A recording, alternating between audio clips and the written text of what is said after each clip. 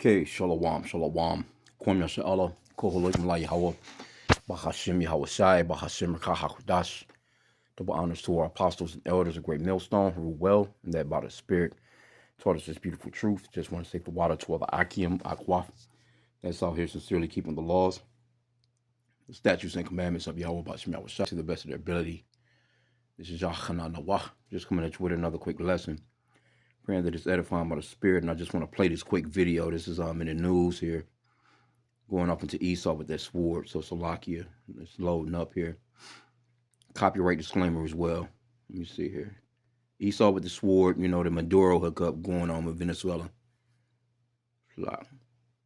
The longtime ally of Venezuela is now for the conflict to be resolved through diplomacy. Let's discuss this with Nina Khrushcheva. She's a professor of international affairs at the New School and is the great-granddaughter of former Soviet leader Nikita Khrushchev. And we see the 2026 behind you. Happy New Year to you, Nina. We wish it was under more sobering or happier circumstances. But let's talk about this long-standing relationship between Russia and Venezuela. How might you expect the Putin regime to react to what the Trump administration is doing? Good morning. Well, they already react, and they've been condemning, as actually many others. We heard it from China. We even heard it some words from Europe as well.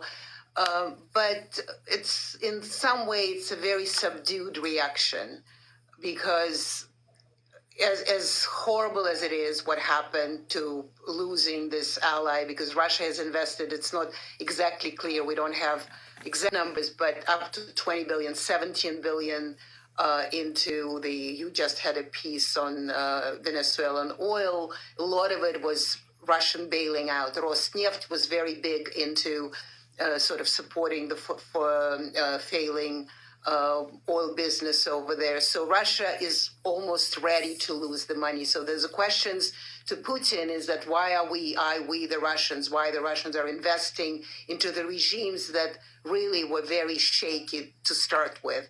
That is one part of it. But they're ready. They're condemning, but they're not really. And Trump said correctly that Russians are not going to have a big stink about it. On a positive note, although that has not been heard, but we understand that if we analyze Putin's actions, he actually feels very validated because one of the reasons he went into Ukraine in 2022 is because he was afraid for that is a security issue for Russia. There was a problem for Russia that he may be taken out because Joe Biden didn't like him. So now he says, look, if America does it to Maduro, they could have done it to me. Also, the might gives the right. So Trump had the might, he went in. I have the might, I go against Ukraine. And much of this has led to questions about how... Okay, so that's pretty much the point that I wanted to get out of it. And these leaders, they understand that America is dirty as shit. They don't keep no treaties. Anything that they say, you just better damn sure not trust it. But that's just Esau in general, because this Russian president, he's an Edomite as well. Now it's not a color thing, but those Edomites, they have the power of that sword, man. They go hard with that sword. If you notice, they was talking about, pretty much overall, he's glad that he had nuclear might, so to speak, you know what I'm saying? Because if they didn't have nuclear might, man, America would have went off in there. Because, Russia, that's a huge continent. That's a huge place. And, these Americans, these Edomites here, they can never have enough. They're just going to continue to move throughout the earth and take whatever it is that's within their might and power. But I wanted to just get the point that, talking about that sword like that just shows you who Esau is. That's an attribute of Esau. I was just watching the beloved brother Allah. He was live out in Toledo, downtown Toledo, and he was going up into some attributes of Esau. So let's get Genesis 27 and verse 40. Matter of fact, I'll start at verse 39. And it reads, let me start at verse 38. And Esau said unto his father, Hast thou but one blessing, my father? Bless me, even me also, O my father. And Esau lifted up his voice and wept. Right? So it says, And Isaac his father answered and said unto him, Behold, thy dwelling shall be the fatness of the earth and the dew of heaven from above. So he's all over the place. He got all the lands, he got all the good places, all the pristine. If it's anything that's out here that's decent, you know what I'm saying, that he hasn't destroyed, he definitely has it within his power, where he's living off these lakes, he's living off these oceans, he's living, you know what I'm saying, just lavishly. He's everywhere. Wherever there's resources at, he's there.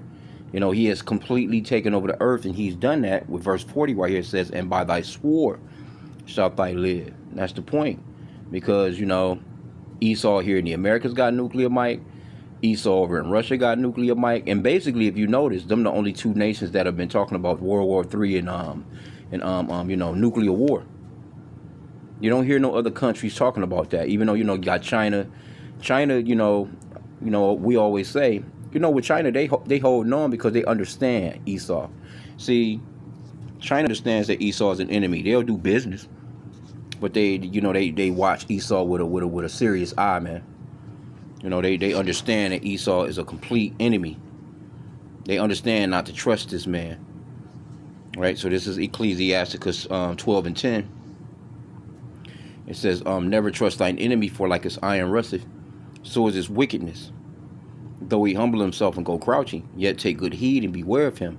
And thou shalt be unto him as if thou hast wiped a looking glass, and thou shalt know that his rust have not been altogether wiped away. And that's a part of his weapon as well. His weapon is, he's a smooth criminal, man. Smooth talk,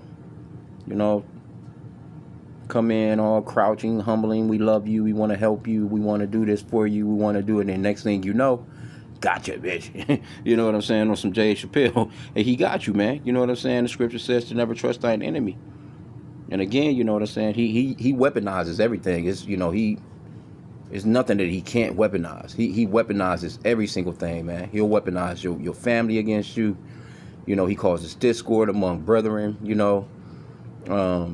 He weaponizes food. He weaponizes insects.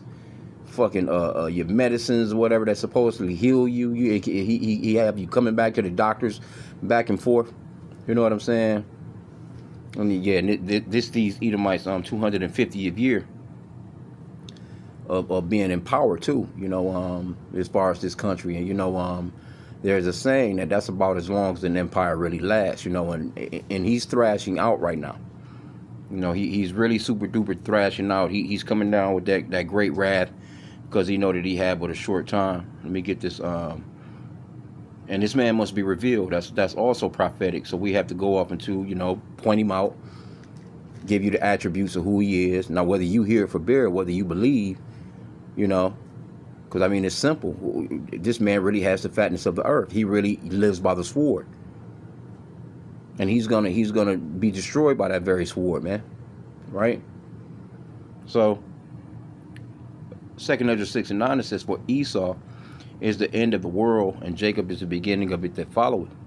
So he's at the end of his time period. It's time for him to, come to an end, man. And so with that being said, let's get Revelation. What do we want? 12 and 12.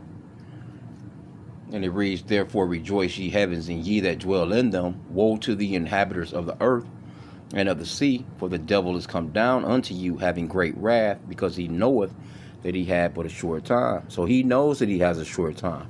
They really trying to stretch it, though. They really believe the Lord got them in a trick bag and got them really believing, if we just do this, if we just do this or that, we can stop these prophecies from coming to pass. We can get our blessing back. We can get our birthright back. All we have to do is keep those Israelites down. But see, everything is playing out prophetically, man. That's why you see the men of the Lord. They're out in the highways and byways, constantly. It's a lot more videos coming out. There's a lot more live streams going out, a lot of more shows going out. And brothers just constantly at work, putting this man on blast, man. Whether it's a 5-minute video or hour long, brothers be out at camp, man. Some spots, man, 2-3 hours, you know what I'm saying, in the cold, in season and not a season, so and by the spirit and power of Yahweh Bashim Shai, we're chanting down this man's kingdom. And this is 2 Thessalonians 2 and 3. It says, let no man, matter of fact, let me start up from the top, verse 1. Now we beseech you, brethren, by the coming of our Lord Yahweh Shah Mashiach, and that's the true name of the Lord, which the world ignorantly calls Jesus. And matter of fact, this is a 1611 King James Bible. If you notice right here, let me just highlight what people consider to be Jesus. If you notice, that's the letter I. There was no letter J when the Lord walked the earth. See, when you go back into the 1611 King James Bible, that's how we know that the Lord's name is not Jesus. That's how we know that, you know what I'm saying, they're lying about the name and his look, because we understand and know that the Lord is a dark melanated man, and his name is Yahushai, which means that he's the Savior or deliverer in the Paleo Hebrew. And the true name of the Father is Yahweh, which means that he exists or the existing one. But as you can see again, if you go all the way through this Bible, you're not going to see no letter J's nowhere, because this is an older Bible. Letter J didn't exist until 1524, 2,000 years ago. So you have to understand that white Jesus is an idol, and you have to get rid of that. You know what I'm saying? That mindset of you so-called blacks, Hispanics, and Native Americans. You are truly the biblical Hebrew Israelites. Okay, so verse 2, it says that ye be not soon shaken in mind, or be troubled, neither by spirit, nor by word, nor by letter, as far as from us, as that the day of Yahushai is at hand. See, the day is coming. We're getting close. Let no man deceive you. Here's the point. Let no man deceive you by any means, for that day shall not come. So the Lord can't come, right? Except there come a falling away first, and that man of sin be revealed, the son of perdition. And this is who we're going into, Esau, Edom. That's the biblical name for the so-called white man. He's being revealed as being the wicked. You can clearly see everybody on the planet got white fatigue, even white people, which they're not white. They're actually pinkish to reddish in color. There's no such thing as white people. That's a social construct as well. So, they want to be everybody except for Esau, Okay, but it says, verse 4, who opposeth and exalteth himself above all that is called God, or that is worshipped, so that he is God, sitteth in the temple of God, showing himself that he is God, right? So he gave you white Jesus, he gave you a white God, he gave you, white angels. You got all these movies with the disciples being white, Mary, all these different, even the cartoons, all that shit. They just trying to basically, they've been pushing this idol white Jesus on the world for, hundreds of years. So now he's being identified, And matter of fact, right there in verse 3 again, it says, and let no man deceive you by any means, for that day shall not come except there come a falling away first. And a part of that falling away was us falling away from our heritage.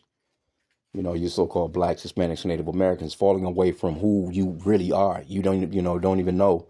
For a long time, we didn't know that we were Israelites. For a long time, we just thought that white Jesus was coming to save us.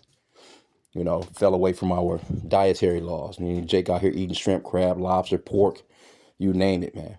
Jake out here, just whores, and, we're just downtrodden as a people when it comes straight down to it. But that part of the prophecy is happening, but now this part of the prophecy is happening with Esau. He's being revealed, and he can't avoid it.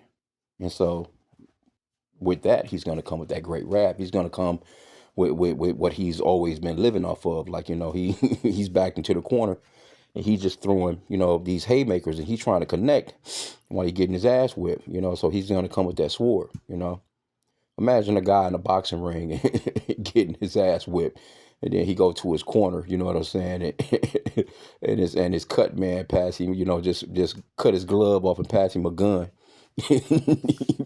He comes back out, turns around in the middle of the ring and blasts your ass. That's Esau, because he's not fair. He doesn't keep treaties. Everything about this man is a complete goddamn lie. He's destructive. He's so. He's really just living his, he's doing what the Lord created him to do. He's the, that battle axe. He's the sword, man, of the earth, man, and he's been giving everybody hell, but mainly you Hebrew Israelites, man. He been giving you hell, like for real. This guy done really wore out the saints. I know, your brother had mentioned that, because I left that last scripture in Daniel, chapter 7. But I was trying to get to the point. I left like, I think it was the last verse that I left. I was trying to get to the point for the brother, but he mentioned uh, that verse 25 with Esau wearing out the saints, man. Let me get that real quick. Verse 25, Daniel 7 and 25, and he shall speak great words against the Most High. And that's exactly what he does, man. Esau don't believe in the Lord, man. But he fronts as if he's the righteous. He fronts as if he's the righteous, though. That's what a deceiver does. That's what the devil does. He got you thinking that, you know what I'm saying? He's the righteous when really in reality he's the wicked. Verse 25 again, Daniel 7 and 25, and he shall speak great words against the Most High, and shall wear out the saints of the Most High, and think to change times and laws. Who does that? And they shall be given into his hand until a time and times and a dividing of time. So we those times are pretty much about up. It's about time for our punishment to be to be cut off, and his punishment is about to begin, man. So again, hey, we do the work, we keep our heads on a swivel, and just watch this man play out, man, because he's gonna come down with some real shit. But at the same time too, it's gotta happen. We gotta just be on point, man, and invite it, but continue to pray to Yahweh about Shemal Shai, for mercy and grace. You know what I'm saying? For that we can, first off, you know what I'm saying. Let me get this. But this is something that I pray every day. That's that Luke chapter 21 and verse 36, and it says, "Watch ye therefore and pray always, that ye may be accounted worthy to escape all these things that shall come to pass, and to stand before the Son of Man." Because Esau, he's a very vicious being, man. The Lord created him super duper vicious, man, and he's gonna come down with that viciousness, man. Matter of fact, let me get what's that? Psalm 17. Psalm 17 and 13. Arise, O Yahweh, disappoint him, cast him down, deliver my soul from the wicked, which is thy sword, from men which are thy hand, O Yahweh, from men of the world, which have their portion in this life. See, he has the fatness of the earth. That Genesis 27 and 39 and verse 40, I think that is. So he has the fatness of the earth. He has his portion in this life. His time is almost up. In whose belly thou fillest with thy hid treasures. They are full of children, and leave the rest of their substance to their babes. Which that's starting to backfire on them now, because prophetically the Lord would make them small amongst the heathen as well, and greatly despised. So they're not having children like how they used to have children. They can't even afford it. Esau has actually counseled himself out, basically. This younger generation of younger Edomites, they fussing and, going back and forth to work. You're working 3 jobs just to afford a little 1-bedroom apartment. Fucking rent $3,200 a month. You got a light bill, gas bill, fucking a car note, goddamn car insurance, you know what I'm saying? And just trying to eat. And Esau's struggling, so they can't even bring no children into this world, man. So they're dying off quicker than they're being born. And that's something that Esau he's been coming up with incentives trying to pretty much override that, but he can't, man. So, as a matter of fact, let me end out with this one. Yeah, it's not looking good for Esau right now. This is Deuteronomy 30 and 7. And the Lord thy God will put all these curses upon thine enemies, and on them that hate thee, which persecuted thee. See? So the Lord is putting these curses on our enemies, man. I was just watching the apostle, the beloved apostle Tahar. He had a little short up, and he had a short with I don't know, it was about 7 or 8 Edomites. You know what I'm saying? Mainly women, basically fussing. You know what I'm saying? And cussing and talking about how they can't survive. They're tired. They just want to give up. And it's not looking good for Esau right now, man. When their women are losing, because they become that feminist shit them didn't happen. They become straight whores. They out here, it's not like the lily white woman from the 1930s and 40s, when they had on dresses and they was waiting to serve their man when he got home. No, they on some shit now. They you know are the basically who Eve be copying. Eve been copying the so-called white woman. Now she hasn't totally come up against her man like how Eve has, but it's definitely there though. It's getting there.